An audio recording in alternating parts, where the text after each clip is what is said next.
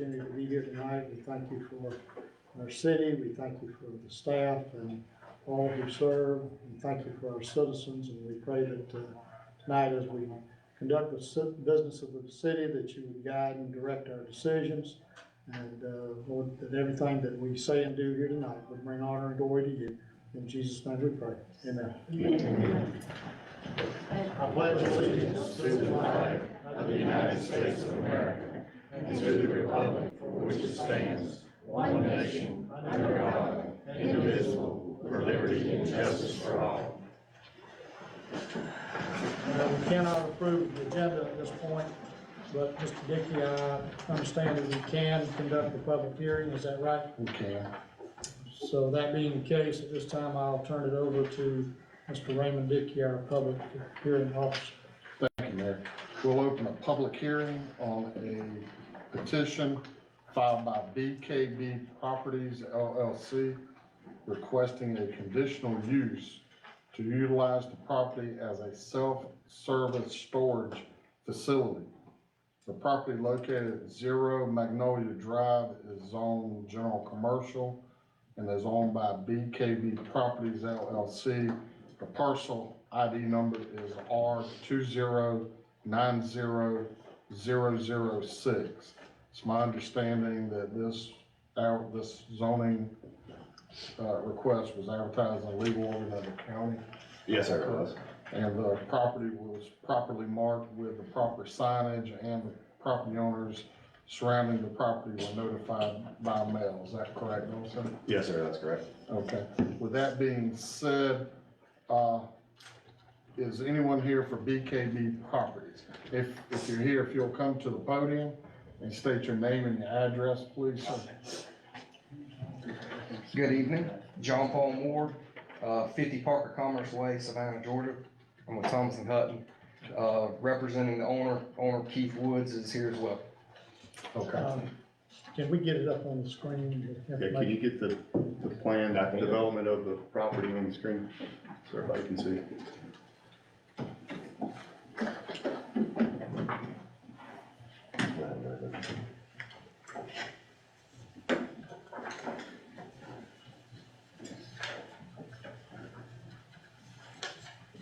I'll take it just a second.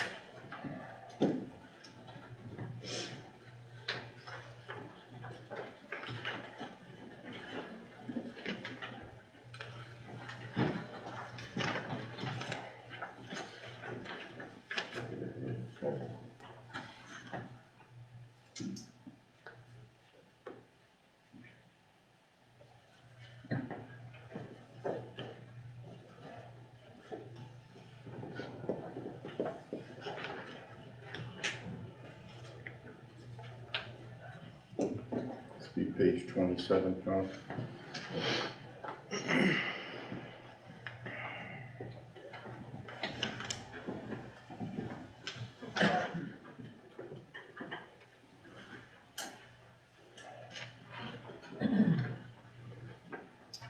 All right, sir. Go ahead. Well, good evening. I like the new upgrade, by the way. Sorry it took so long. All right, thank you for having us. We'll go through kind of our summary here, and then, of course, if you have any questions. So the owner, BKB Properties, we're making this conditional use request to allow self-storage, pulled storage, self-service from you, only on track B. So if you look at the plat, there's a track B and a track C. Right now, the track C is R4, and it will remain R4. Track B is a 2.06 acre parcel. As previously stated, it is zoned general commercial. A little bit of project history. So in September of last year, we came before council. I believe everyone was here, and requested for this property to be zoned to R8 to allow townhomes. Council denied this request per the public's request for this development to be developed as commercial as it was zoned. Therefore, we are here today to present this conditional use variance request for self-storage on track B. The owner owns track C, and it will be used for stormwater retention as kind of depicted in the general plan presented. I'll touch on a couple of concerns that's been brought to our attention and kind of the same stuff we talked about last time. Traffic, to start with, we've prepared a traffic memo that we shared today. I think that's been shared with everyone, to compare a couple of the alternatives that this could be developed as. So alternative one, retail plaza and 2 residential units on the residential property would generate approximately 1,100 total trips per day. That's alternate one. Alternate two, 10,500 square foot sit-down restaurant, and again, 2 residential units on the residential property. You're looking at about 1,145 trips per day. And then alternatively, self-storage, peak or total trips, 56. 56. So hopefully everybody hears that in the audience that is concerned about traffic. That's even less than the townhomes, what the townhomes would have generated. The townhomes would have generated about 101 total trips per day, so we're about half of that.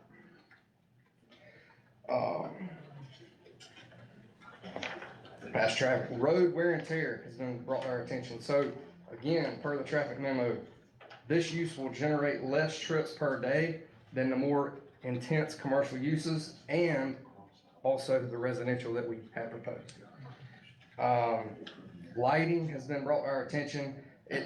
Obviously, this is really early in the game. We're just asking for the conditional use. We don't know what the final design will be, but most of the time, these facilities utilize like a wall pack type lighting. And that'll be, contained within the project. Fencing was also brought up. Again, it's a self-storage site, so highly likely, if not guaranteed, that it will be fenced. We don't know what that will be yet. We'll work through that in the final design and permitting process that'll have to come back to council. And then environmental concerns. So it keeps coming up again and again about this being a potential dump and what's the worst word everybody's using? Landfill, thank you. To our knowledge, this was not used as a landfill. Yes, there is concrete debris out there. There is some tires that people thrown out. There is a few barrels that are just empty. Yeah, they may have some rainwater around this. They're old rusty barrels, but to our knowledge, it's not, there's no threat to the public and it was not used as a landfill. But we will do our due diligence as we begin, before we begin construction, hire a geotechnical engineer and a soil scientist to look at it, and we'll remediate as needed during site development. We'll clean it up. So that was the big things I think I covered. If you have any other questions. All right, thank you. Y'all. Mayor and Council have no other questions. Do you have anything from? Nothing to say. Okay. Is there anybody else who would like to speak? Hold on. For this project? Okay. There not being any, those who wish to comment or oppose it, if you would raise your hand first, let me recognize you. Come on. If you would, sir, come on up and state your name and your address for the record. Tiago Loman, 202 East Myrtle Street in Rincon. My concern is, we got big trucks, it's gonna come in. Might not be a lot, but that street is narrow. When you go to, if you get lost and you go all the way to the end, you're not gonna be able to turn around. You're gonna have to back up.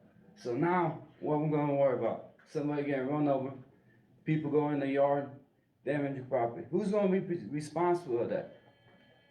Am I? Or they? Who? That's a neighborhood. It's not a truck stop. You got big trucks, small trucks, it doesn't matter. It's a truck. And I'm talking about moving trucks. My thing is why they can't do it on 21. The entrance on 21. Just leave it, Woods area, leave that neighborhood alone, and just put an entrance there. The only thing I can figure out is too much money. It costs them too much money to do that, and they don't want to spend it. So that's my concern. Thank you. Thank you, sir. Y'all have any questions? Okay, I saw some other hands. Yes, sir, if you'll come to the podium, state your name and your address. I'm Gilbert Calloway. I live on 206 East Myrtle Street. And one of my concerns is, I've lived here for 63 years, and those trees work as a sound barrier. You got the highway traffic there, you got the train track right across the highway, and it's peaceful and quiet now. But if you take those trees down, it's just gonna open up all that railroad sound, the traffic sound and all that. Most places that I've saw that had, in Savannah or other places where they had, houses built up close to the highway, you know what I'm talking about. They always build a big wall to cut down on the sound when it's right next to the highway. So this would be just in reverse of what they do. It's a nice, quiet, peaceful neighborhood now, and the sound's not a problem now, but it would be then.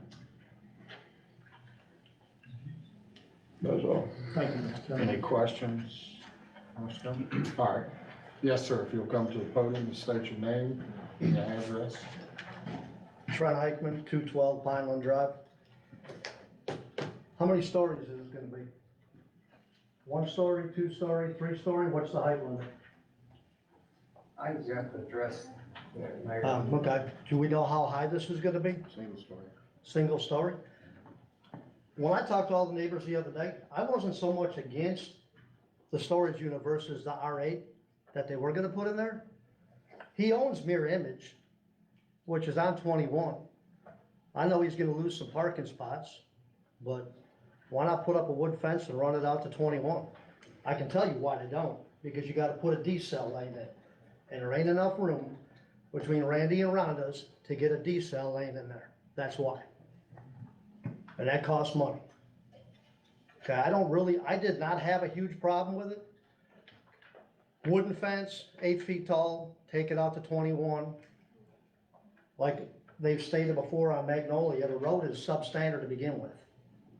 We put heavy trucks and 26-foot box trucks and whatever on there, it's gonna wreck the road even more. The road used to go through where you could drive around, you can't no more. They're both dead ends. We got a bunch of kids in the neighborhood again. There wasn't for a while, not too many kids. There's a ton of kids now. The people who bought my old house across the street, she got 5 kids.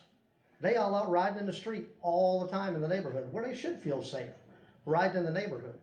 We shouldn't have trucks coming down into a residential neighborhood to access this. And like I said, I was better off with this than I was with the R8, but take it out to 21. If we look at the rest of the storage units we have, we got the one on Fort Howard and Willow Peg. It borders Fort Howard. It doesn't come out into a subdivision. It comes out on Willow Peg.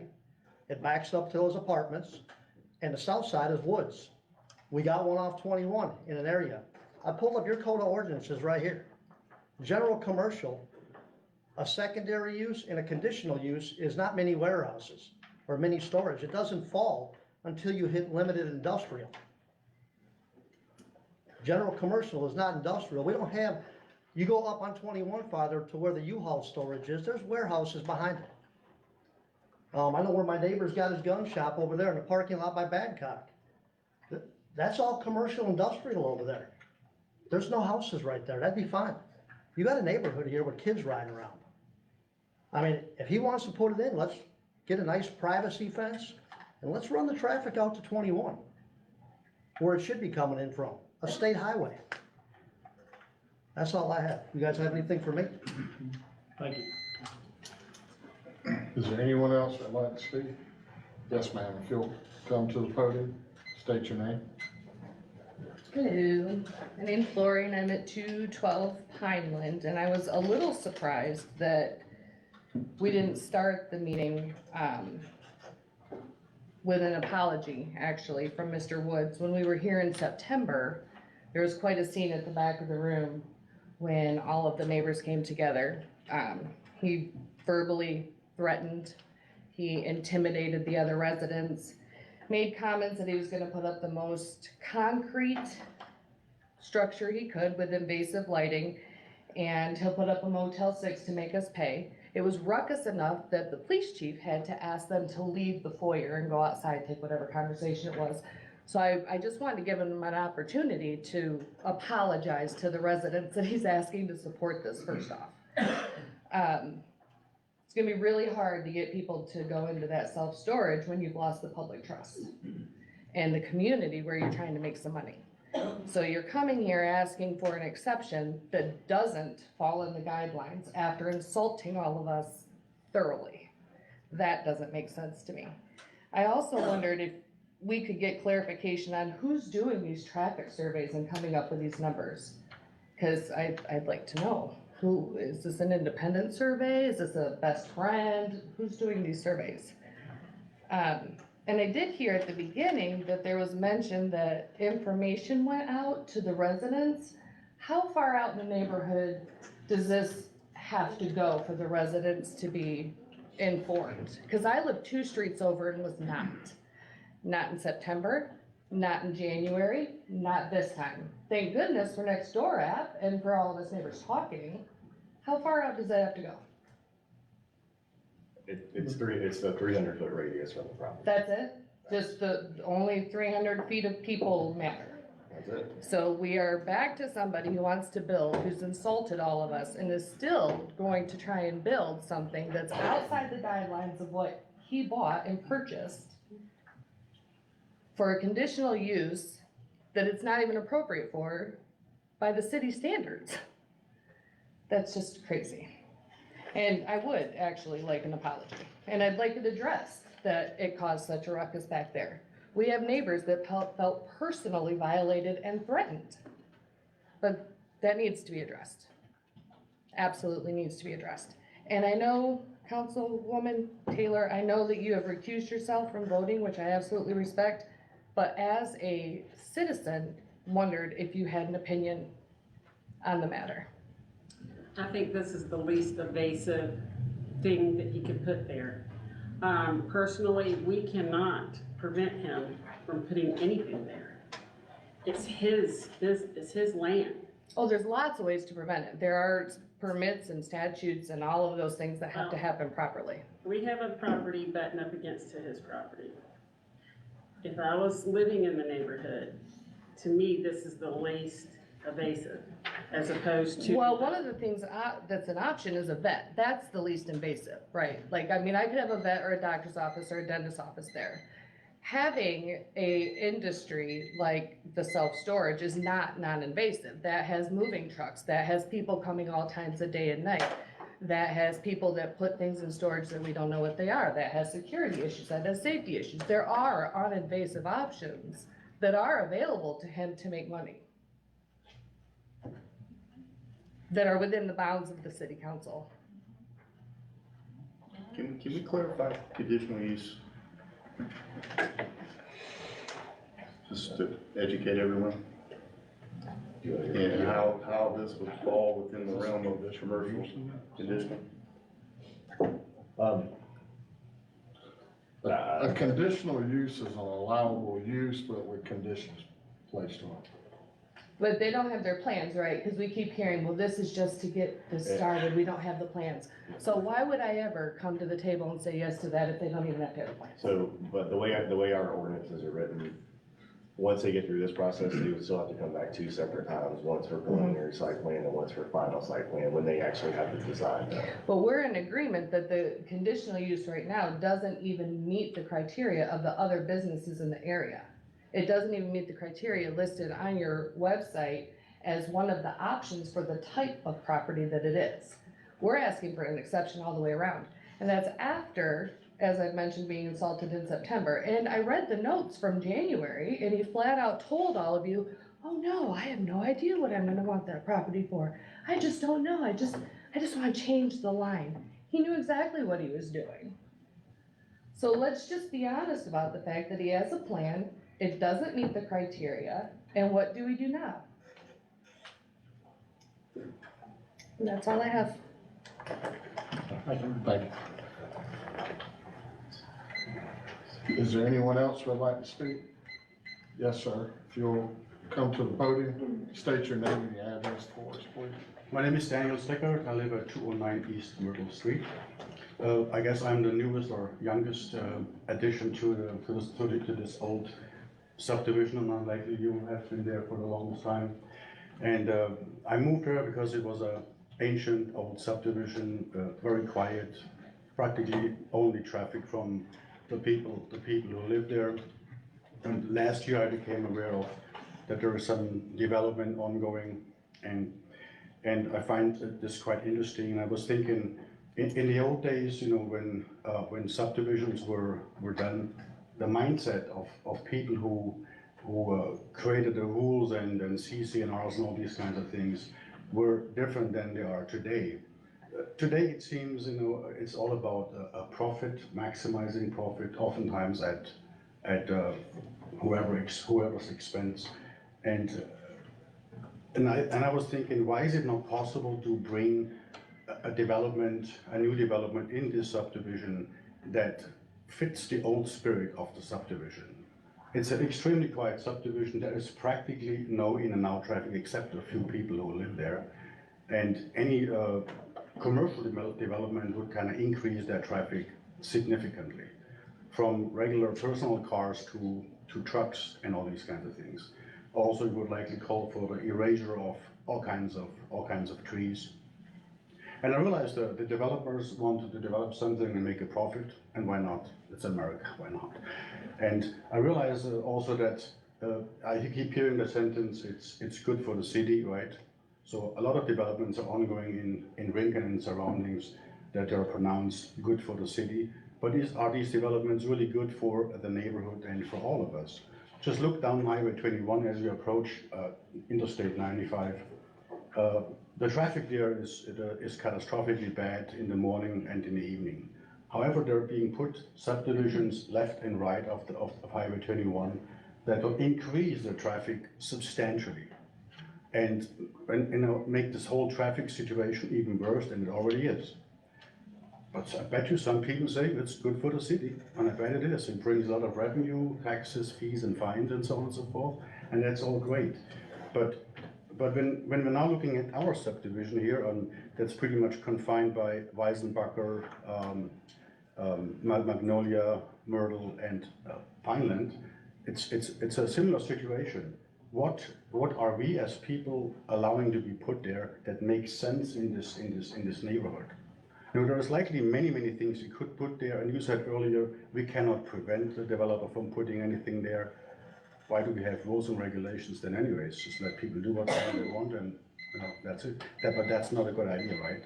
It should, I think the development, whatever it is, should fit the surrounding and keep people happy. I believe in karma, and if you screw something, excuse my French, eventually it will come back to you. Why is it not possible to come up with a development that fits us all, the developer, the city, and all of us who live in this subdivision?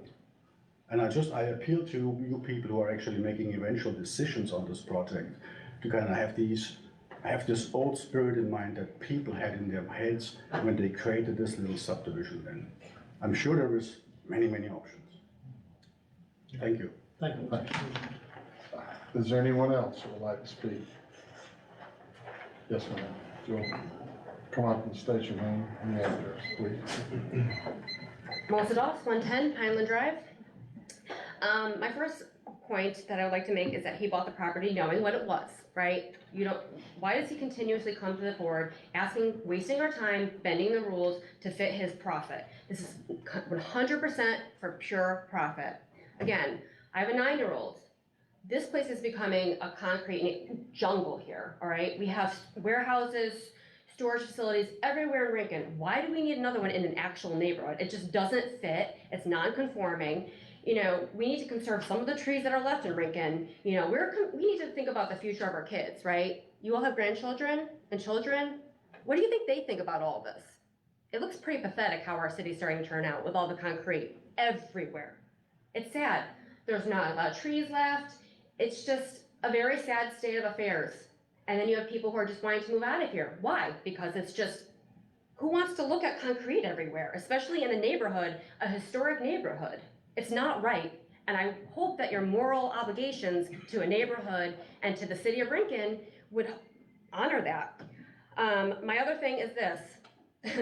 Magnolia is not a very wide street, okay? You have moving vehicles that are 15, 20, 26 feet long, okay? Let's not even worry about the tractor trailers that will come into that neighborhood, moving families in or out, okay? They can't even get through Weisenbaker. They're constantly backing up, getting stuck everywhere in Weisenbaker. What is this gonna do to that neighborhood? It's gonna be a disaster. There's gonna be ruts everywhere. You're really ruining a neighborhood by doing all this. And if he's that concerned about it, then fine, put it on 21, right? Wrong?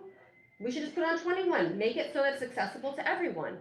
There are children riding around on the streets. This is very dangerous for them. I, for one, would be very nervous for my child to be riding up and down that street when you have cars going in and out, moving trucks going in and out. Again, we don't know how many units, we don't know, there's just so many questions, not enough answers. So, you know, I'm very concerned about as the property is right now, and that we need to look into this further before anything is approved. Thank you. Is there anyone else who would like to speak? Yes. Yes, ma'am. Someone else. No, could you? Oh, you got me. You Yes, got me. ma'am. Come on All up. right. State your name and Everyone address. else. Mr. I want to give everyone else a chance. Mr. Brower just pulled up. Pardon? Go ahead. Okay. Charlene Reynolds, I live at 208 East Myrtle. I live across the street from Daniel, who is a new person in our neighborhood. I have been in my house for approximately 50 years. I have no intention of going anywhere. I've had some tragedies in my own home, and it has not prevented me from moving. I mean, I'm staying where I am, okay? We are a neighborhood. We are a community in there. Right now, again, the last time I was here, I spoke off the cuff, and I spoke about the increased traffic. That was my big problem. But now, again, we're still looking at increased traffic, probably increase in crime, a decrease of our property values.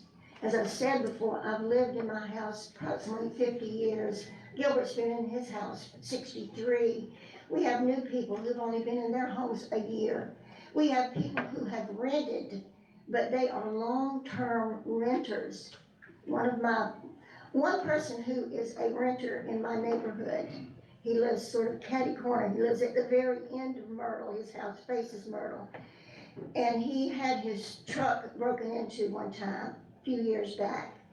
And he walked over and knocked on my door and he said, I need to put my phone number in your phone. He said, because if you have any problems here, he said, you can call me and I can be at your house in a flash.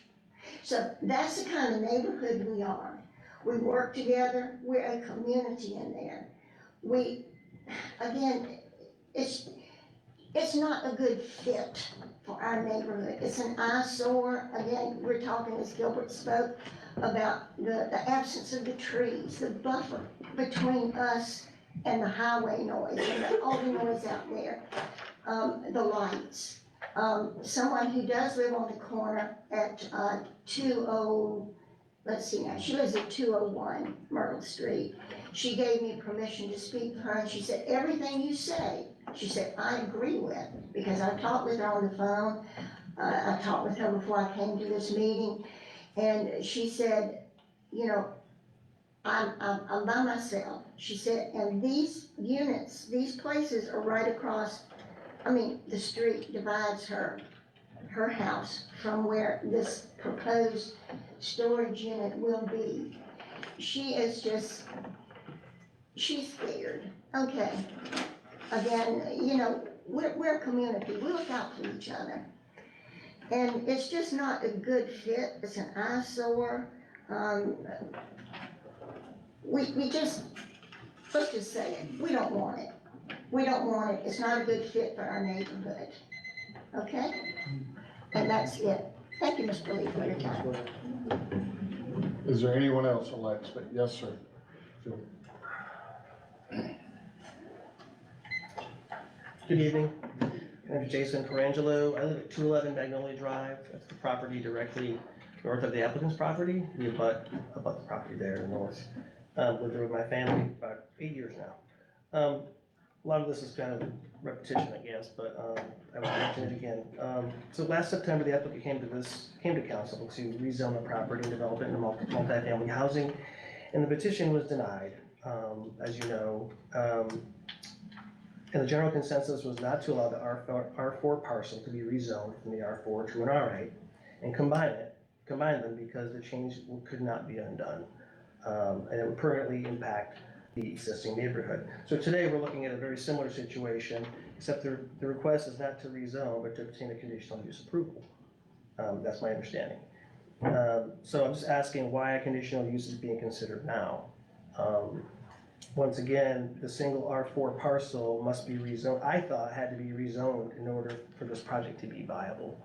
I'm a little surprised to hear that the R4 will remain as is with the retention pond in there. Everything I've witnessed a lot of these projects in my career are done, and whenever I see them, all the parcels are combined to make a development viable. So I'd like your opinion on that, and that to be rectified before this, if this ever goes forward. All parcels should be rezoned into one use. Other thoughts I had is, like everyone mentioned, this just doesn't fit, in my opinion. I don't know how it meets your regulations. Ordinance 90-174 defines conditional use as land uses set aside from uses permitted by right. So general commercial doesn't allow for a storage facility by right. It's not in the list. In fact, general commercial doesn't allow a storage facility as a secondary use or as a conditional use. So I guess that's why this is a variance. I'm not sure, but if that's what's happening, then you can just not approve the variance because it doesn't meet your regs. That's how this could be denied. In my opinion, it should. So why here?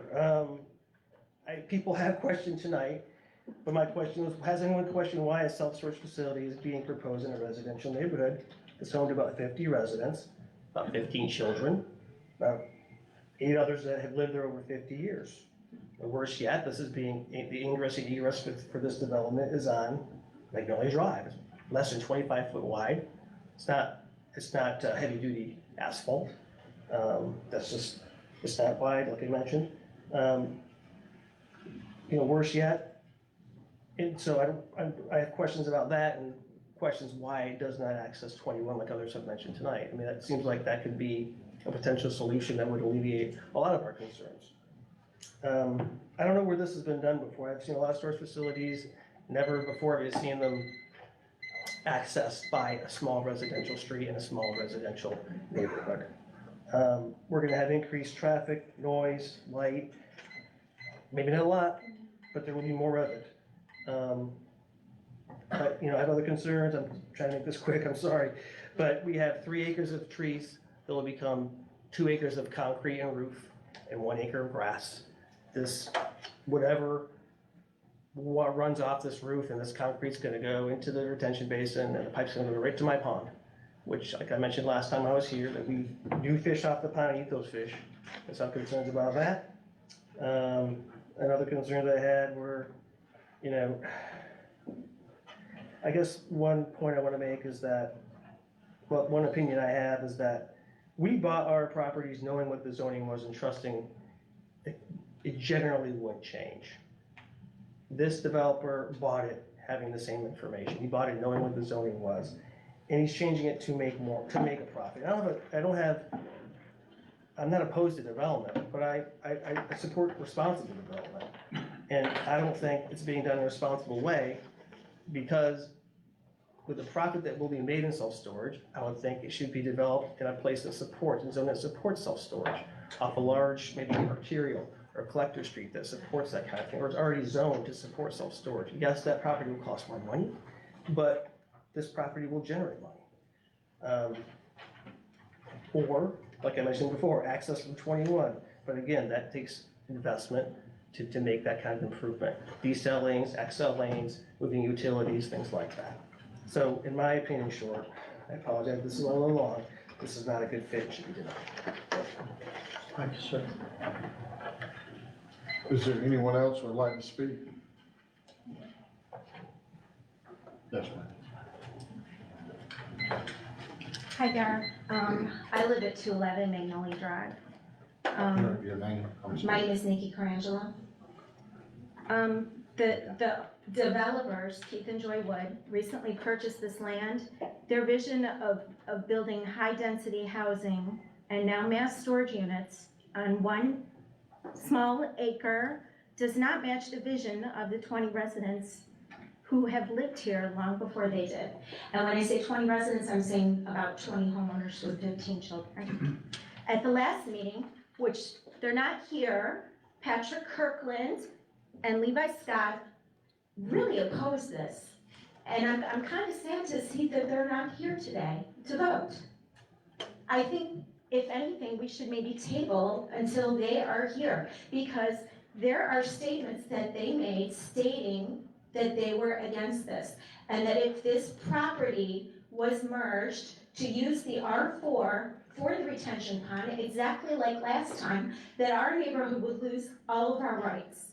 They were strongly against this, but they're not here today. In fact, Councilman Scott went into great detail to explain why the land should not be merged and rezoned, and how there's a permanent loss to all oversight if that is allowed. He was very eloquent. He was fair. His decision, in my opinion, was justifiable and it made sense. Perhaps if Mr. Wood had been listening, instead of talking about building his Motel 8 while Mr. Scott was speaking, he would have understood what he was trying to tell everyone. Yet here we are again. I am confident that we would not be here if Mr. Wood had actually understood the previous decision and how it was made. He was very clear. It's in the minutes. When we were here last time, our neighborhood asked for one, clean up the property. Clean it, just clean it up. It's now 6, 8 months later, still no activity, no cleanup, nothing. We asked to keep the one parcel R4, rehabilitate it for development if you want to build a house on it.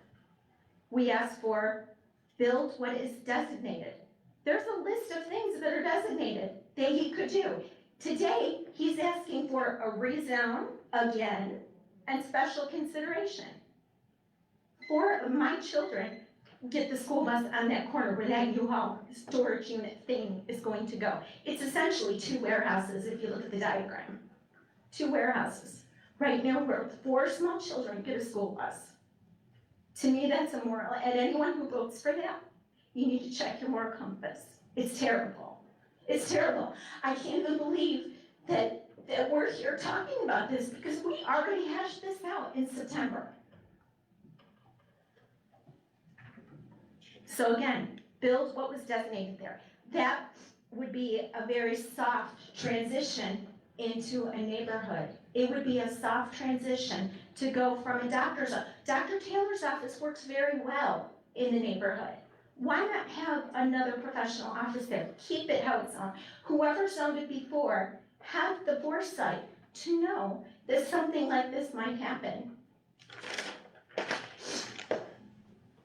This is going, I mean, the honest truth is this is gonna ruin everyone's view. No one sits in their house and says, I want to live across from a storage unit. I want my view to be of a storage unit. Are you kidding me? No one has that dream when they set out to buy a home. No one is going to want to buy our homes if someone passes away. We just got this neighborhood cleaned up. We had a drug house at the top of our driveway. And I'm thankful every day that Tiago moved in because it was awful. We need professional offices in Rincon. We do not have enough of them. I like to spend my money in Rincon. I don't like going to Savannah and fighting traffic to go to a doctor's appointment for my daughter. I would like to stay here. I don't think anyone has brought that up. But frankly, it pisses me off that I have to drive all the way to Pooler and spend my money there. I want to spend it here. I want to support the business professionals that choose to build here. If Mr. and Mrs. Wood wanted density housing or 2 warehouses, there is plenty of land that is approved for commercial building in Lincoln. We have lots of it. You know what the problem is? It didn't cost $176,000. He has got the deal of the century here. If you allowed this, you were giving him, for $176,000, $1 million piece of land. If he wants to do that, instead of arguing with neighborhoods, he should go and buy land that's already zoned for something like this. Not something where you have to fight with 20 homeowners and worry about the repercussions of what might happen to a little child. I'm afraid that I'm gonna have to be getting my daughter off the school bus because I don't want her hauled into a storage unit. I'm afraid for my son. I'm afraid for both kids. They're just at the point where I can let them get off the school bus now. Now I'm gonna have to go back to having everyone and telling children who are in their teens who should be able to ride their bicycles around that they can't do that because I'm afraid of what might happen because of what's coming into our neighborhood. 4 of them. We are your constituents. You are our voice. We voted for you. You represent us. Keith Woods does not live in Lincoln. We live in Lincoln. We voted for you and we expect you to have our best interest at hand, not some guy who just rolled into town last year and who bought this property. I can't even believe that I'm here having this discussion. Joy Woods, who is listed as the owner, and I will use her names because they're hiding behind titles. They do not live in Lincoln. We live here.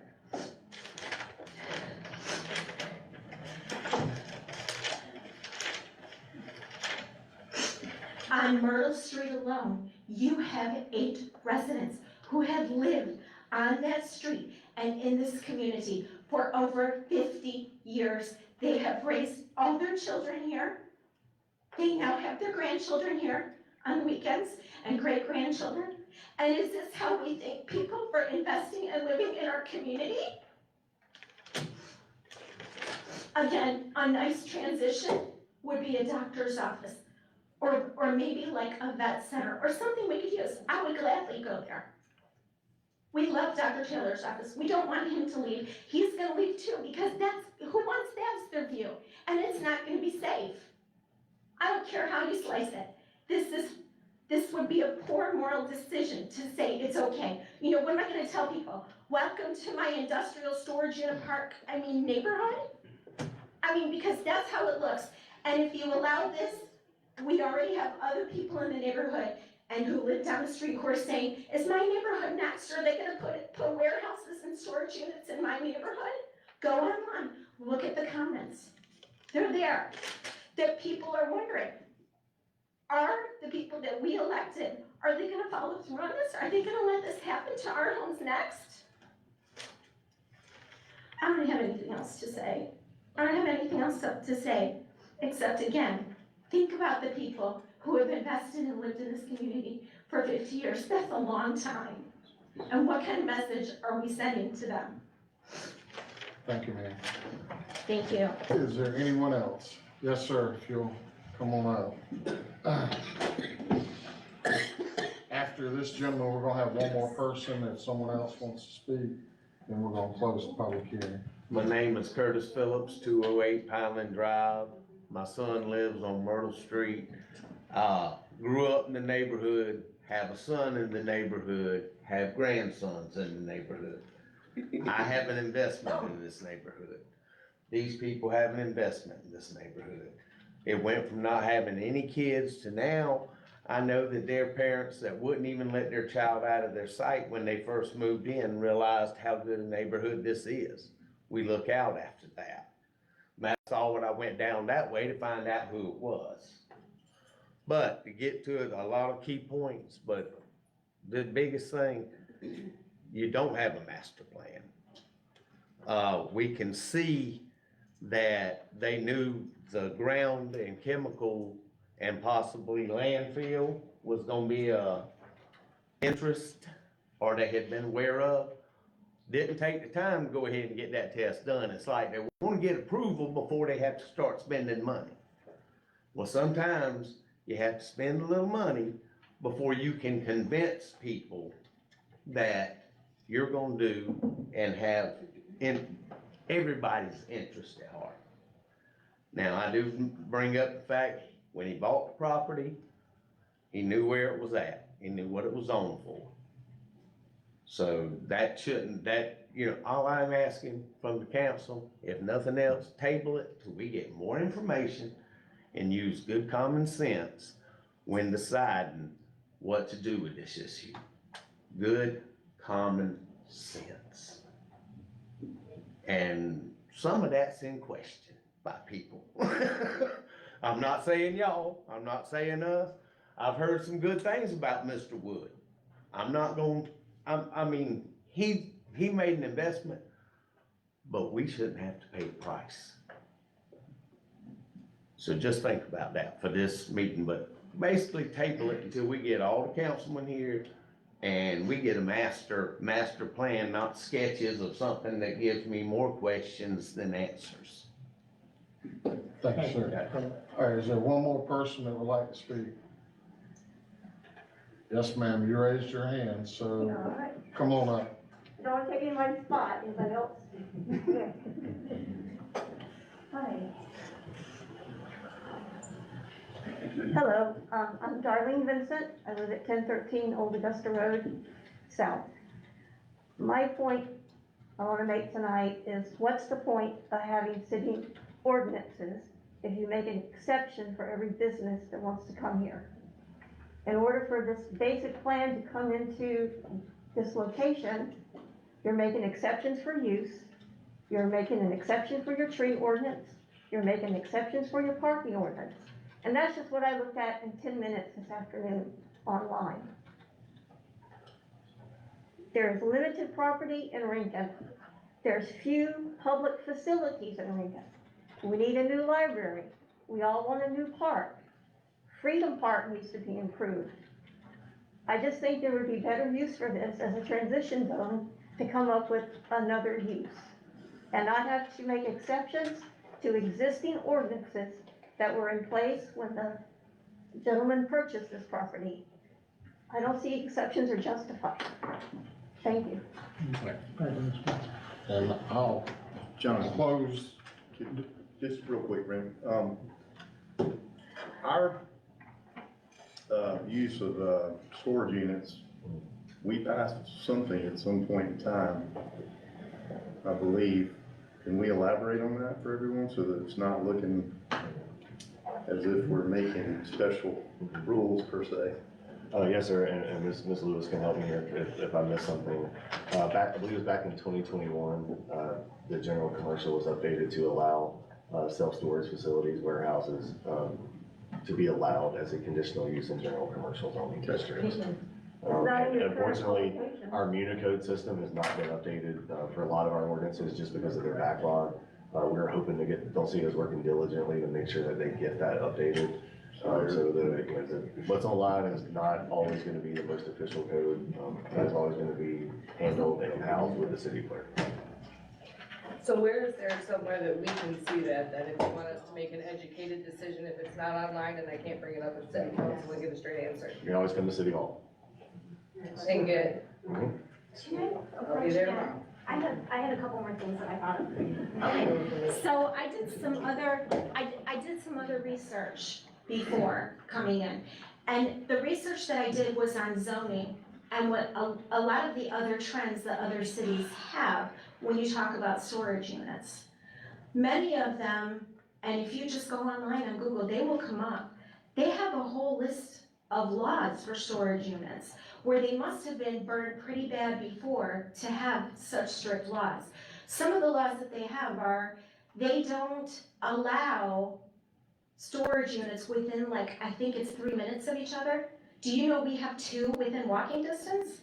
Maybe there's almost 3 because I think there's another one over behind Dollar General. we have quite a few. It's almost like connect the dots storage units. But we have the one across 21, and then there's another one on Willowpeg. So we also had some ladies in the neighborhood, they were calling around the storage units. A lot of them are full, a lot of them are barely full. They have lots of extra space, because we were asking, we were shopping. We were saying, well, how many units do you have? So there's not, a lot of people aren't using them at all. So that's some more information. Another thing they had said was, there were rules about it being anywhere near water. And that was because I had asked my husband, who was an architect, why is that a rule? Why did they do that? And he said, well, because when you have storage units, you can't control if someone puts a bunch of barrels of something that could contaminate wetlands or a neighborhood. You don't know what someone is going to be dumping in there or dumping in the grates. Some other concerns with it were, oh gosh, I can't remember all of them. But if you look online, it's a laundry list of reasons why cities are very careful with this. And I was shocked when I was looking online to see, here we have, again, all these zoning people, but we have no laws. I feel like we're leaving ourselves wide open to have a lot of regret later on. And I mean, that was just, I was really shocked. There were quite a few laws in Florida, other areas of Georgia. We have nothing. We need to really follow and find, and maybe survey with some of these other cities. Like there was a great one out, I want to say it was California, and then there were some other ones in the southern states where they have really explicit laws. And I feel like something like this needs to be tabled before we add any more, because we should investigate and find out, well, why do they have these laws? What's going on? Why don't we have any?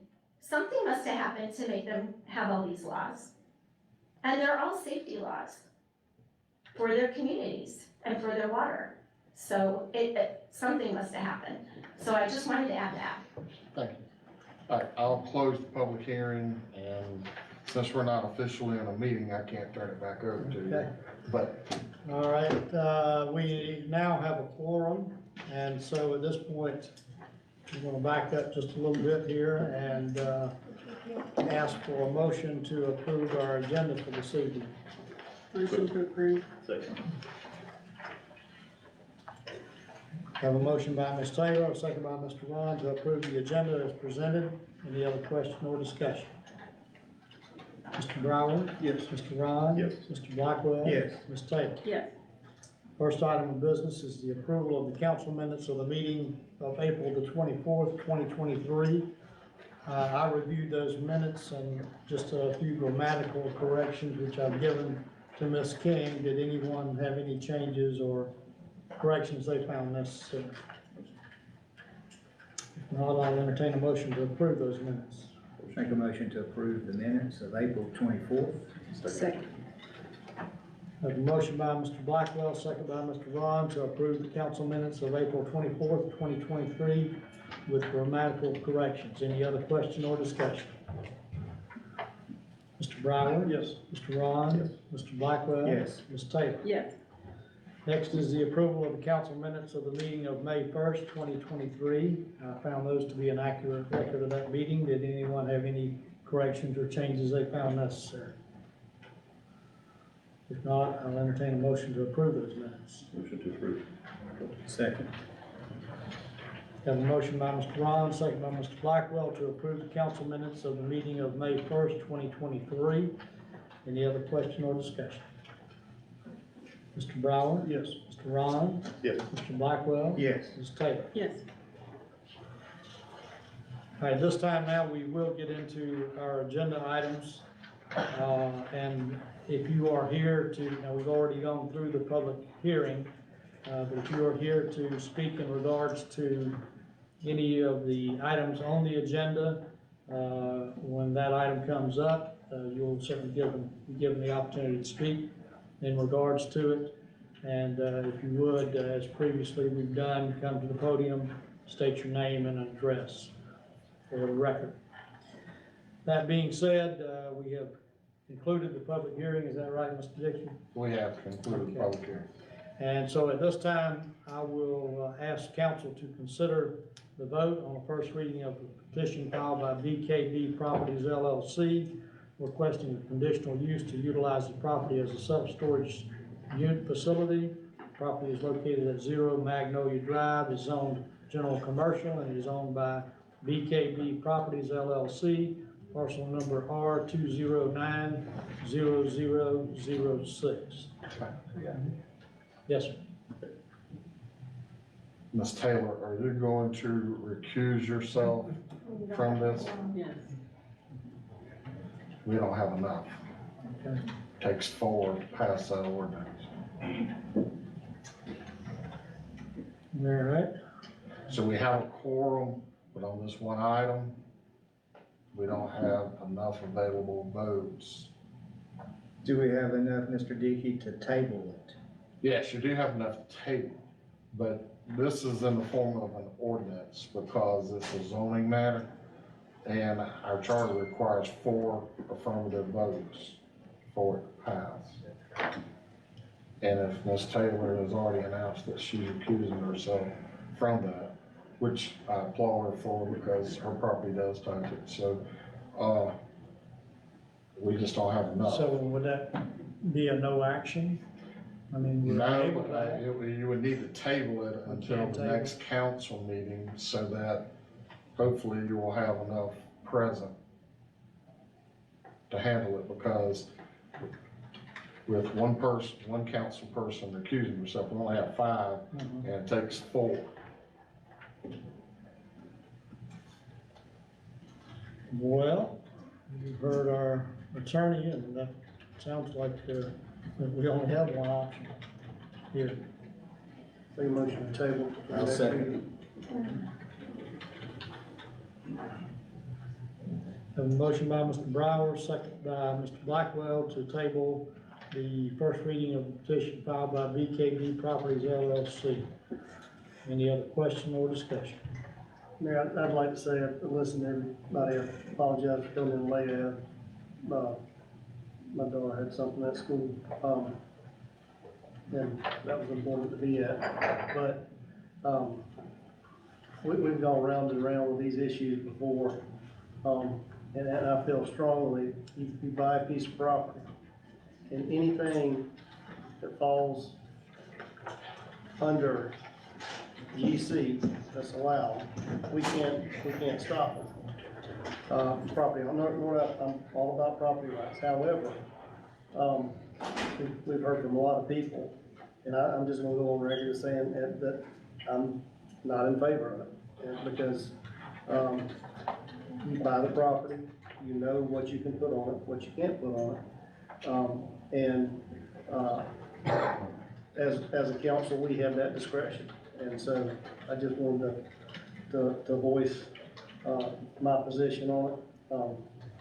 And we have quite a few, storage units. And if it was zoned for that, we legally couldn't tell them no, because they'd take it to court and they would say, hey, listen, it's zoned. And if the court would say, no, you have to act. But anyway, I just wanted to, let my opinion be known on that. Thank you, Mr. Brower, and I would say that, we've not gotten to that point, but when this comes back, I want Ms. Lewis to be able to address a lot of the questions she heard here tonight in regards to what our ordinance really says and what the conversation was in the planning and zoning and recommendations.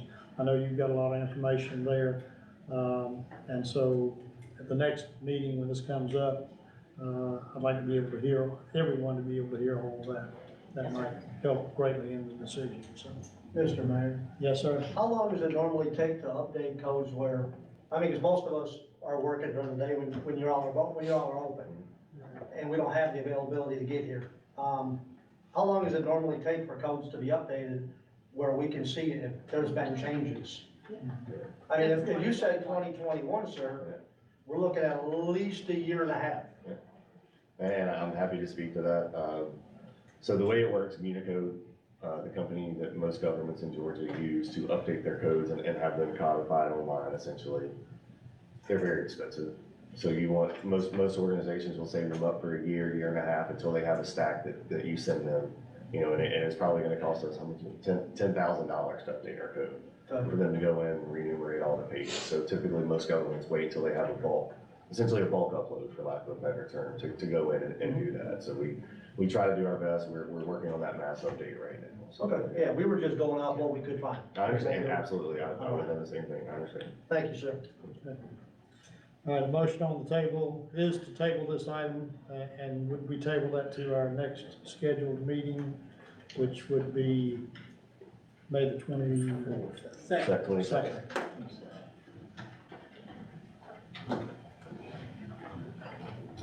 Any other question or discussion?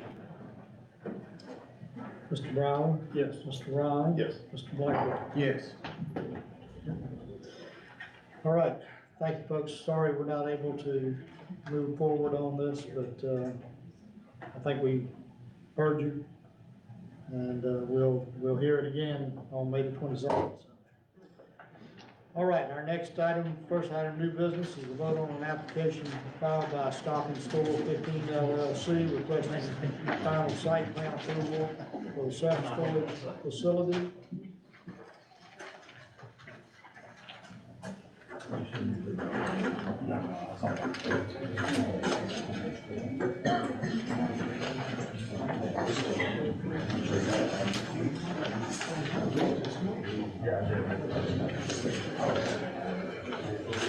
Parcel is located at 0 Fort Howard Road and is zoned general commercial and received a conditional use variance on January 24th, 2022. The 8.02 acre property is owned by Stop and Store 15 LLC, parcel number R257-0020. How are you, sir? I'm great. How are you all this evening? Good.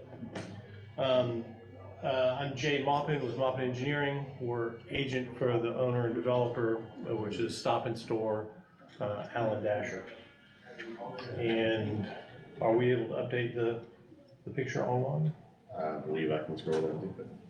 Fantastic. What page am This is Well, as he's doing that, we were here previously before you with a sketch plan and a conditional use approval.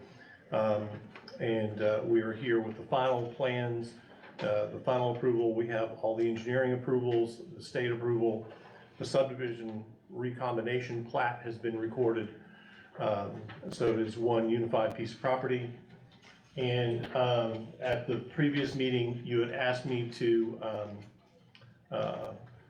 provide for the Fort Howard corridor across the frontage of the property, and provide we agreed to a 15-foot buffer across the front of the property with additional plantings. We actually found that that pine strip is a little sparse in that 15 feet because there's actually a underground utility in that space that some of the trees have been cleared for. So we actually bumped that up voluntarily to 20 feet just so that we could retain some of those pines there out front like you wanted.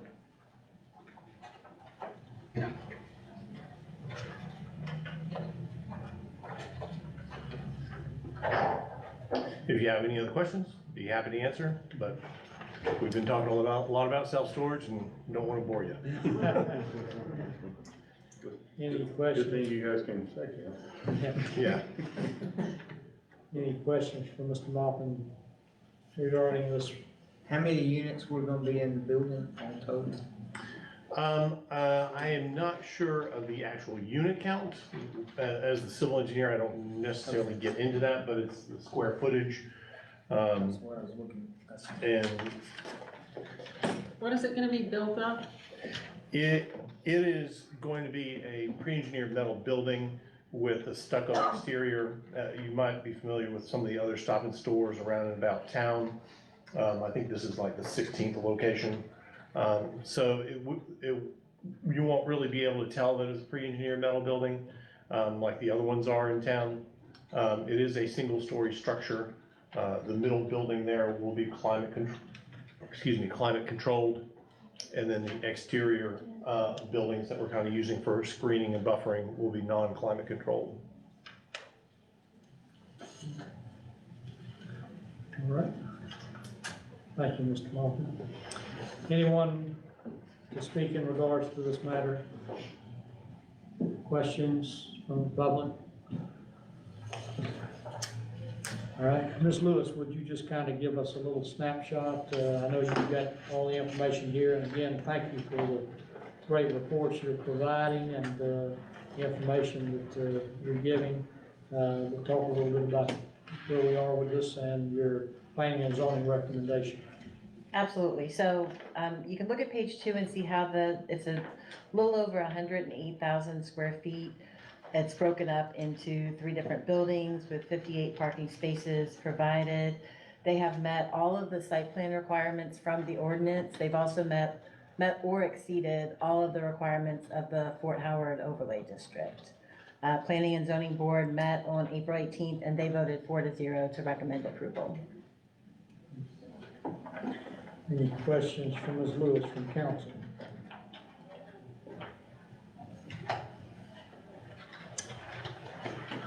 All right, if there are no other questions and no other information needed, then we are prepared I to. have one Yes. question. How far is from the road, is that like an arm gate thing that you have to, when you pull in, is it like a gated thing? It will be secured, yes. So there will be the public parking, the curb cut will enter into that public parking area. So that will be ungated area where you can just pull up and enter into the office if you want to. But then The gate to the road, I just want to make sure people and trucks can get off the road because Fort Howard's a very busy road. yes, and actually the city staff, Tim back here, still here, asked, and we worked with the city staff to provide some additional deceleration storage lane along Fort Howard Road. Now, again, this site is only generating less than 24 peak hour trips, you know, and they don't generate a whole lot of traffic.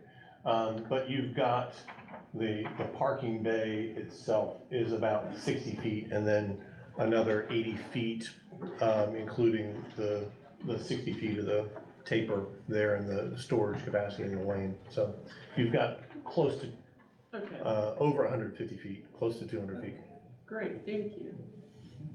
Because I'm trying to get oriented, because where the logo, the mountain logo is where Fort Howard Street is. Yes, sir. And the little spaces at the front where they're for parking for potential customers and staff, I guess. And also this is climate controlled in the middle portion, so you could potentially not have to go into the gate and park out front and then walk into the building. If a lot of businesses use these for other part storage and so forth. Like I have electrician friends and he's got these around town, so they don't have to run back to the warehouse all the time. They can just stop it and saves them on time. And so they don't want to have to go through the gate and all that. Okay, thank you. Mr. Williams, are you, okay with the amount of decel lane, the length of it that's currently proposed?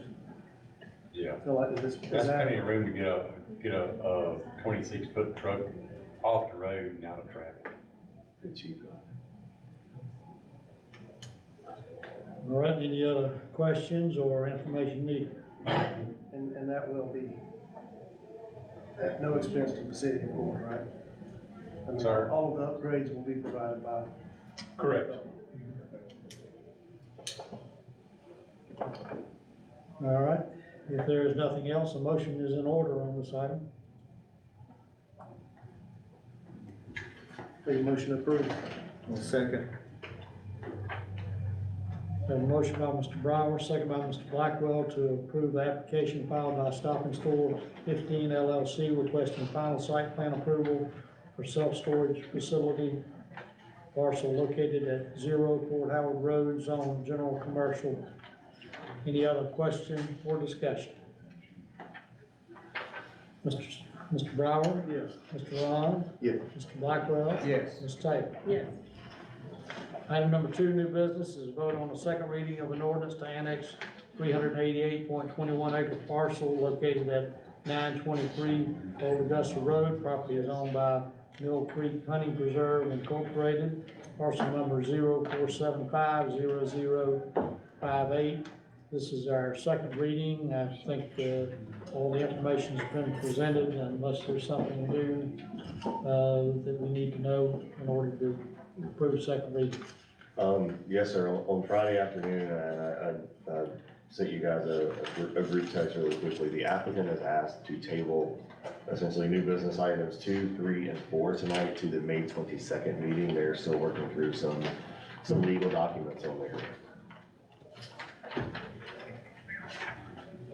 Okay, so request by petitioner is for this item to be tabled until May the 22nd. I need a motion in that regard.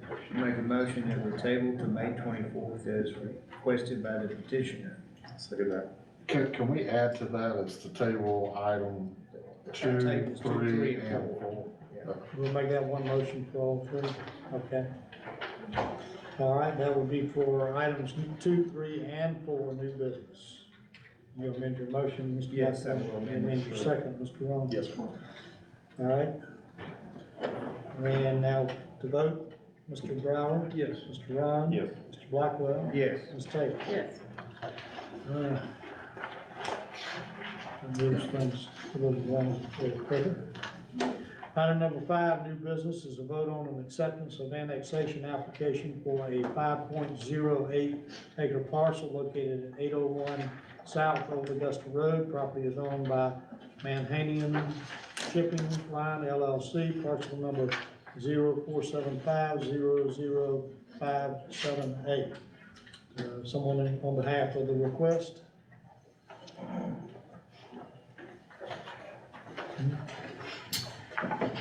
Yes, thank you, Mr. Mayor, council members.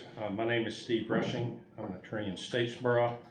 I'm here acting as agent and representing tonight Mahanium Shipping Line LLC, and I commend the mayor for that pronunciation.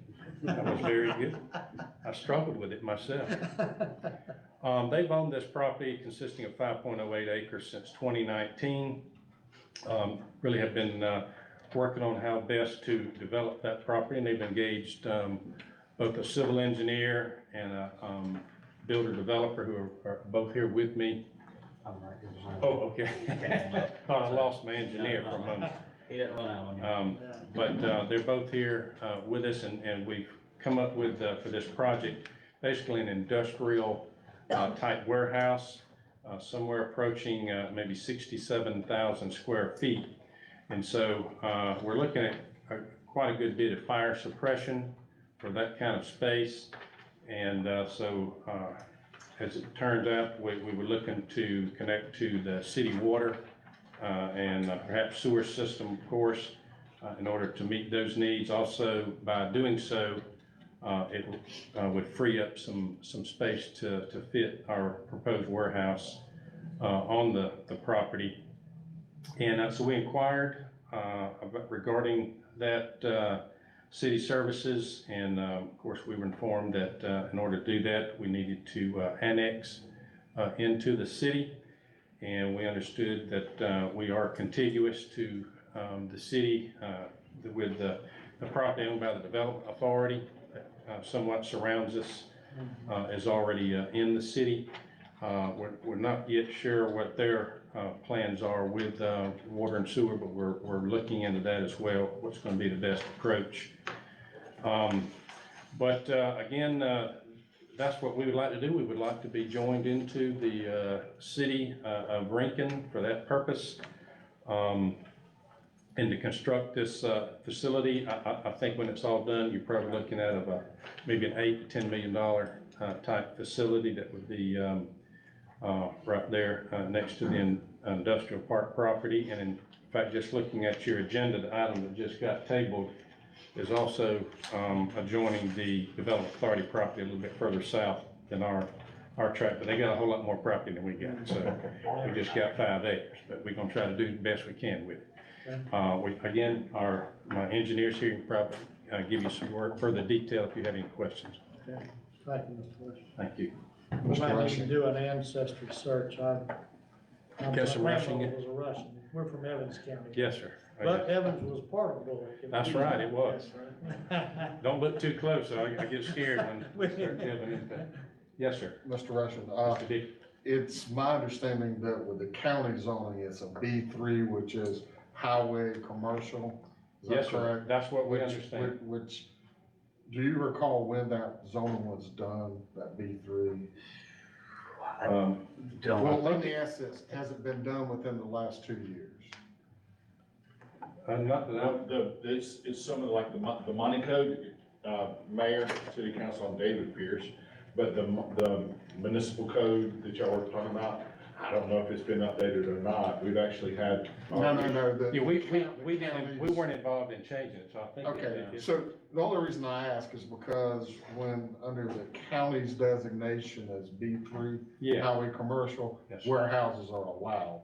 So that when we bring it into the city, we need to bring it in similar to that zone. Right, So the we don't- closest zone to that would be in the Yes, city. and so it'd be I-1, but, if the property was zoned like within the last year, I don't even know if it's been a year, the county changed that B3, to take out that warehouse. So, but I think you're covered because you got vested rights Yes. in that original B3. We can confirm that. That's the only thing that we need to confirm. Yes, sir. Well, I'll be happy to look into that and get with your office on. Yeah, that'll be fine. All right, thank you.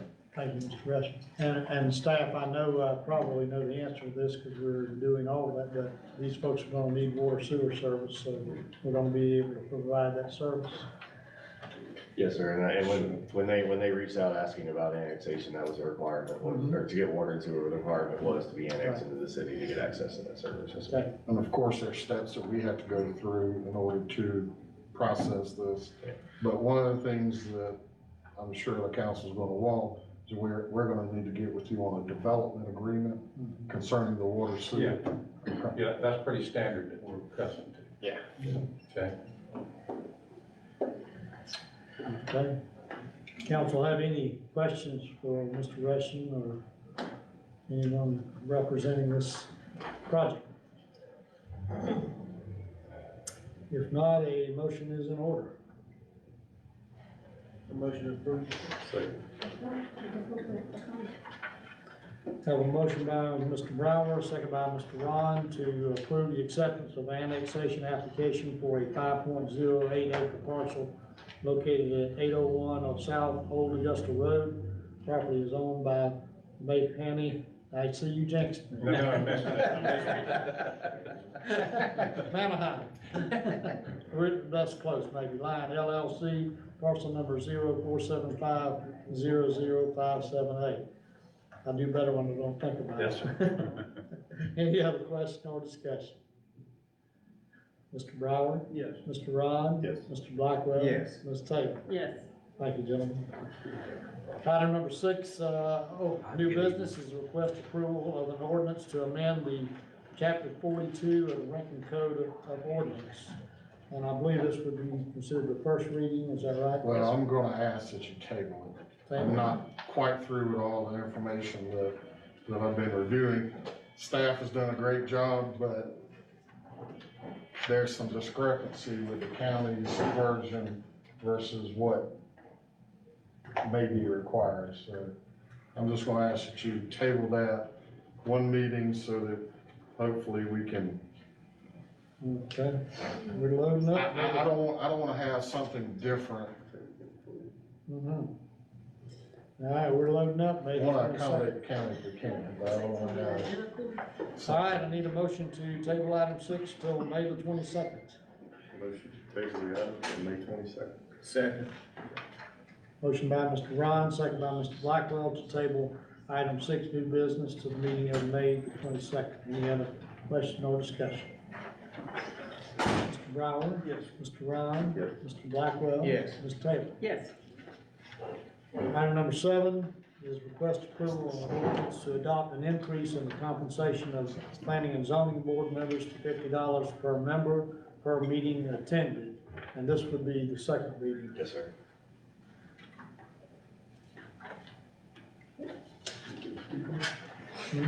Put nothing to speak on. No, it. no. I'll make a motion to approve. I'll second. It'd be nice for the world if these. Have a motion by Mr. Ron, second by Mr. Blackwell to approve second reading of an ordinance to adopt an increase in the compensation of planning and zoning board members to $50 per member per meeting attended. Any other question or discussion? Mr. Brower? Yes. Mr. Ron? Yes. Mr. Blackwell? Yes. Ms. Taylor? Yes. Item number 8 is request approval to trade a 2014 Ford Fusion to Rankin Chevrolet for $9,705. Chief Merrill. Mayor and council, this kind of goes hand in hand, obviously, with the next one, but, this was an opportunity that came up here local at Rankin Chevrolet. I was trying to jump on it quick before it goes. I think it's a fair deal on this pickup truck, but they are offering what to me was a staggering $9,705 on a 2014 Fusion. I thought that was. This is gonna be worth a lot of money one day. Ford doesn't make sedans anymore. I'm telling you, well, that surprised me. But they've got it in writing. How many miles did the Fusion have on it? It's a little over 60,000. It's always been an investigator's car, so just Low, house low office. speed, Yeah. not on the highway. Well, that's good. And then you're gonna get the Silverado, right? Yes, ma'am, that's the plan. Good. Any questions for Chief Merrill? All right, motion's in order. A motion by Mr. Brower, second by Mr. Ron to approve the trade of a 2014 Ford Fusion to Rankin Chevrolet for $9,705. Any other question or discussion? Mr. Brower? Yes. Mr. Ron? Yes. Mr. Blackwell? Yes. Ms. Taylor? Yes. Keep wanting to call on Mr. Scott. Item number 9, new business, is request approval to purchase a 2017 Chevrolet Silverado from Rankin Chevrolet in the amount of $38,548. After trade-in applied of the Fusion, the payment to Rankin Chevrolet would total $28,843, which would come from line item number 125,613, which I believe is Condemned funds. is condemned, yes. So this is all of our seized asset money. This goes back to, if I recall correctly, I believe it was February of last year, you guys approved us to purchase a pickup truck for CID. 36,000 I went back, obviously that was on Monday night. I called him back Tuesday morning. Hey, we were approved last night. Truck sold on Monday. So I stayed in contact with him and repeatedly and said, hey, just let me know when the next one comes in, and harassed, and I could not beg for a response from him. So that was Brandon Chevrolet, who we've since ceased business with a lot, mainly because of that issue. But this is to fulfill that need. I think at a very fair price. 2017 Silverado, it's got 60 similar miles, 62,000 I think on it.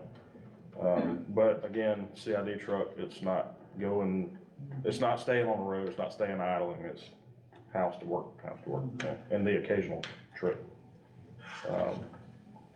And we would look to apply the 9,705 to that. That's the purpose for the trade. If this is a picture of it, it's not all tricked up. No, it's not. It's pretty standard. No, it's a pretty standard truck, and it's a civilian model, so. So it won't be outfitted except maybe with some lights, Right. siren, radios. That's right, not even a radio. They'll use their portable radio, just lights and siren. Yeah. All right, any questions for the chief on this? All motions in order? Second. Too slow, We Michelle. have a motion by Mr. Ron, second by Ms. Taylor to approve the purchase of a 2017 Chevrolet Silverado from Rankin Chevrolet in the amount of $38,548 after trade-in, payment of $28,843. Any other question or discussion? Mr. Brower? Yes. Mr. Ron? Yes. Mr. Blackwell? Yes. Ms. Taylor? Yes. Thank you, Chief. Thank you, Mayor and Council. I kind of struggled with the wording on that, but I guess it worked. We got her done.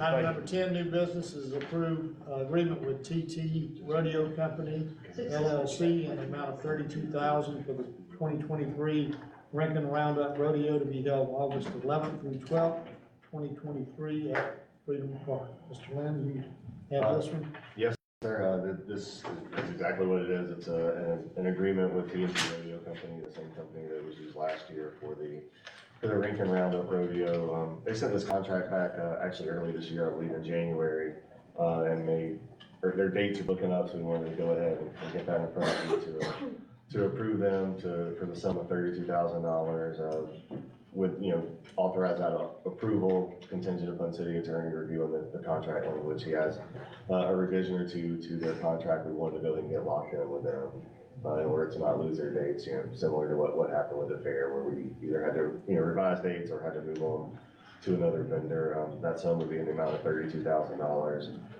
We do have it in the budget from rodeo expense.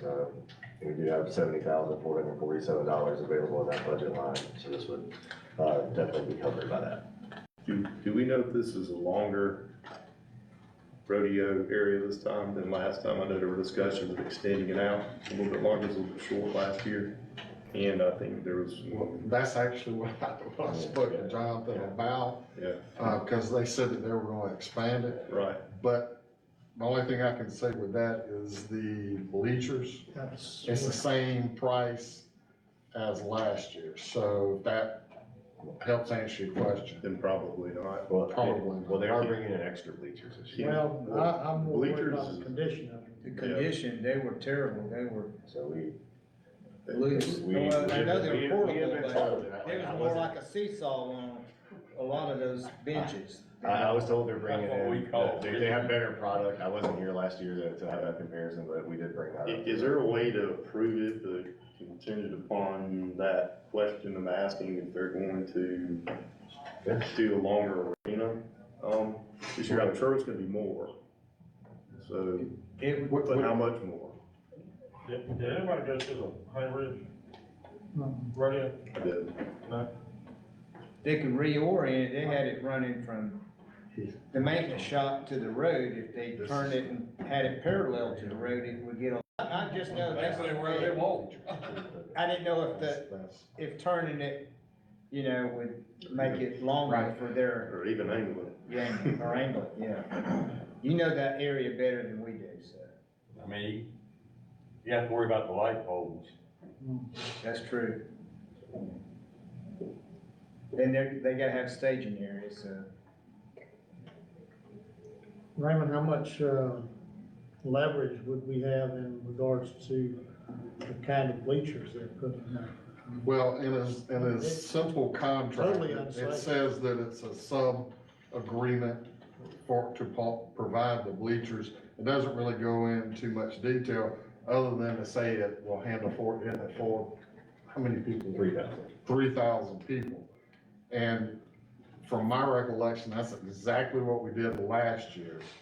So, but I know that, I had this conversation with Jonathan. I was concerned about the condition of the bleachers. That's the reason we're putting that extra language in this agreement.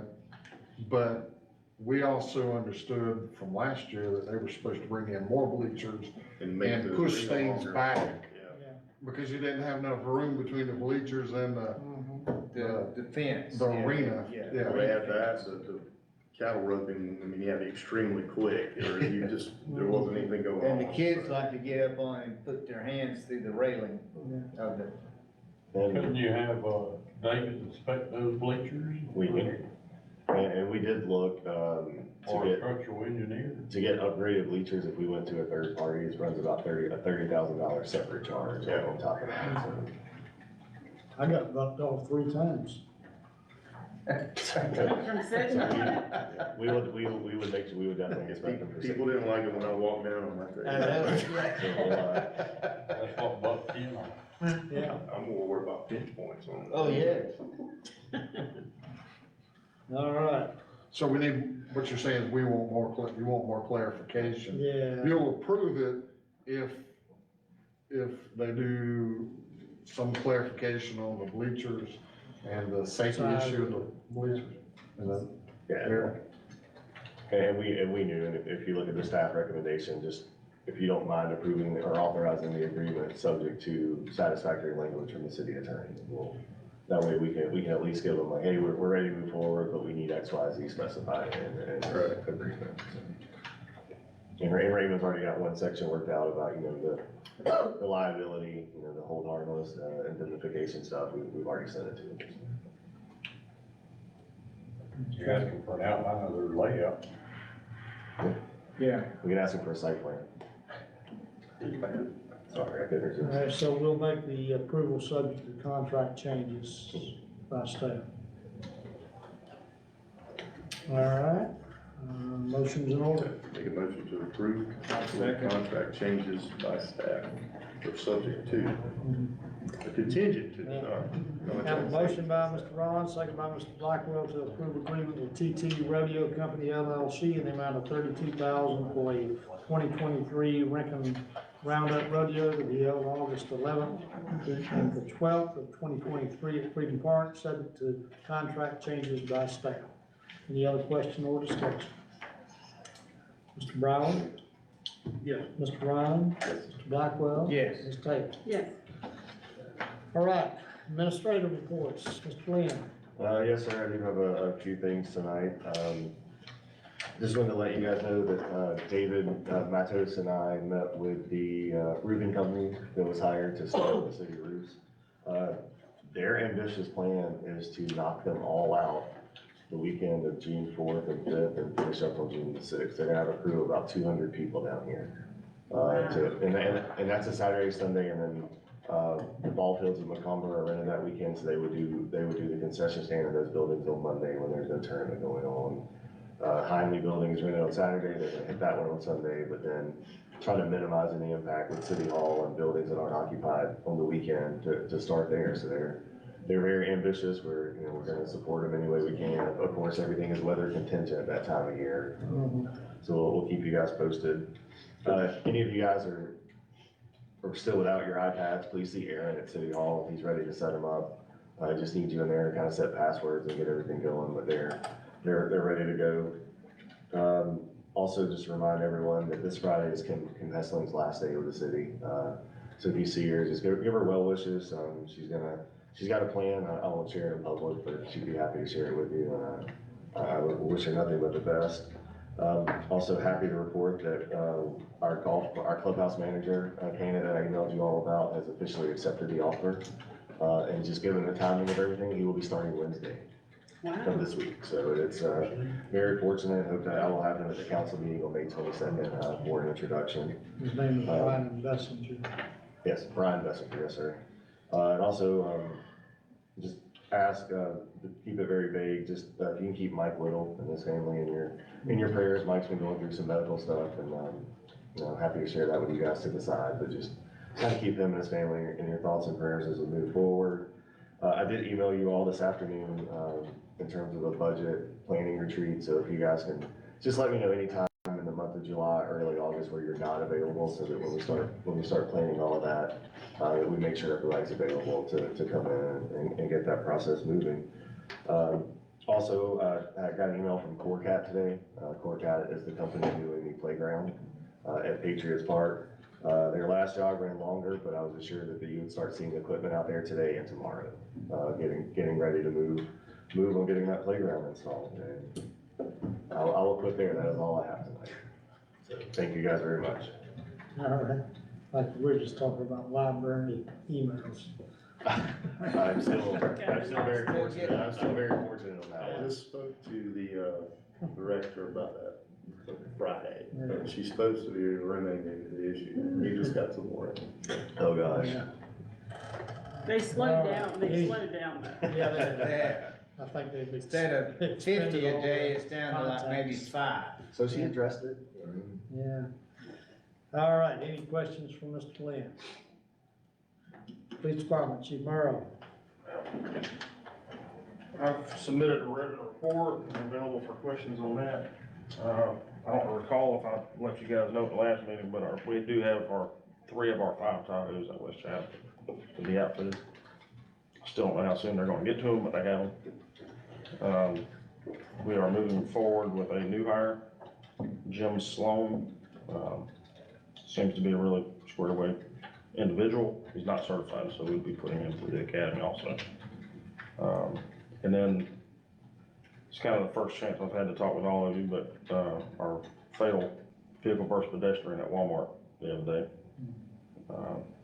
We obviously initially responded, and when we confirmed it was fatal, we contacted the sheriff's office and turned it over to them. So they have that investigation.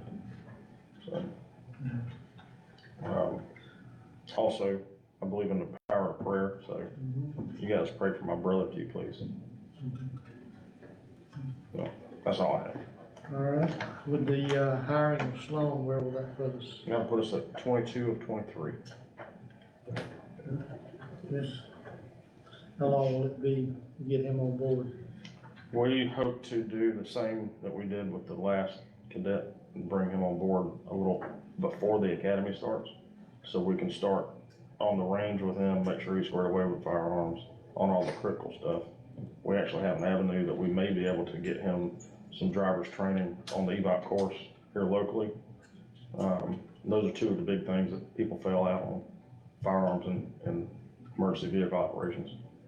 So that's what we're hoping to accomplish, bringing him in a little early, about a month early is what I'm looking at. And we can start getting him acquainted with all the people here and build those relationships early. Okay. All right, good. Any questions for Chief Merle? All right, so I guess in short, that next academy is starting at the beginning of July. We're hoping to have him no later than the beginning of June. Okay. So, Good, good. Any questions for Chief Merle? Fire Department, Chief Reed. Mayor and council, I've submitted my report, made available to answer any questions that may be. And congratulations. Thank you. Yeah. Thank you. All right. It's been a long time coming. It feels like forever. Yeah. Class 89? Huh? Class 89? Yeah. 89 was a long time ago. No, congratulations, man, that's great. Oh, thank you. Any questions for Chief Reed? Thank you, sir. Building and zoning, Ms. Lewis?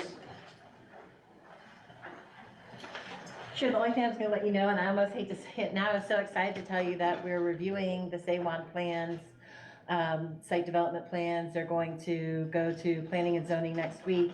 And then because we're fast tracking, they are coming to your meeting on May 22nd. So I hate to add another thing, but this one is one that we're, Wow. so. You know what? I won't be here. Can we get you by Teams? Are you gonna be available? They love the mayor. They did. When, They no, did. if you, Brian loves the I wanna say this, I wanna say this. If you guys would have been there, you would be, I'm proud to call Kim Lee our mayor. I just wanna say that. Because, a hit. yes. We have a Yes. good business. Yes, We have a good business. Well, I hate that you're not gonna be here, but we did tell them that we would fast track it, which is why Yeah. we're moving it so Yeah. quickly, so.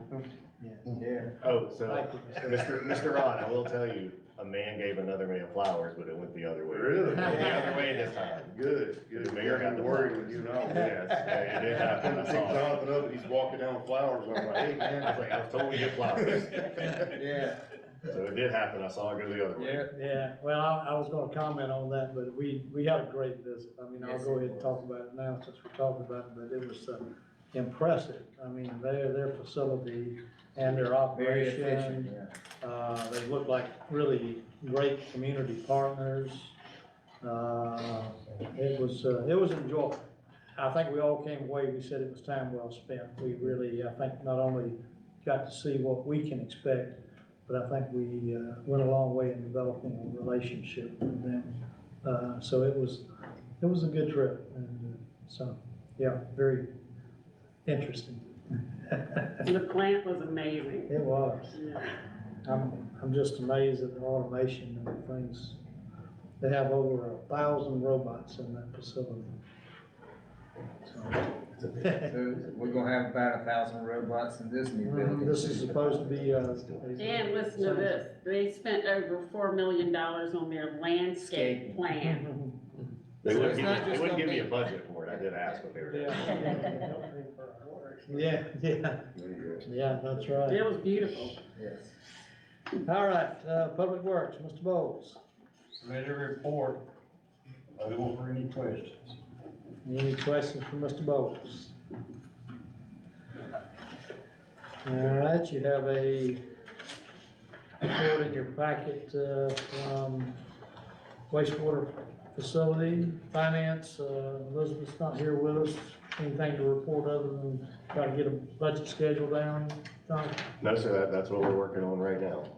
And sorry, Dulcia just reminded me about one thing. If you guys don't mind all signing, whoever's here signing that city of civility resolution, that we did a few months back, they're just needing the signed copy. Yeah, I thought we did. We did. Yeah, we'll have to. I apologize for not mentioning that a few minutes ago. And the golf course, Mr. Lynn's told you about our new hire for, we kind of said we were primarily looking for a club manager, but if we got a professional, that'd be a bonus, and we did. So he's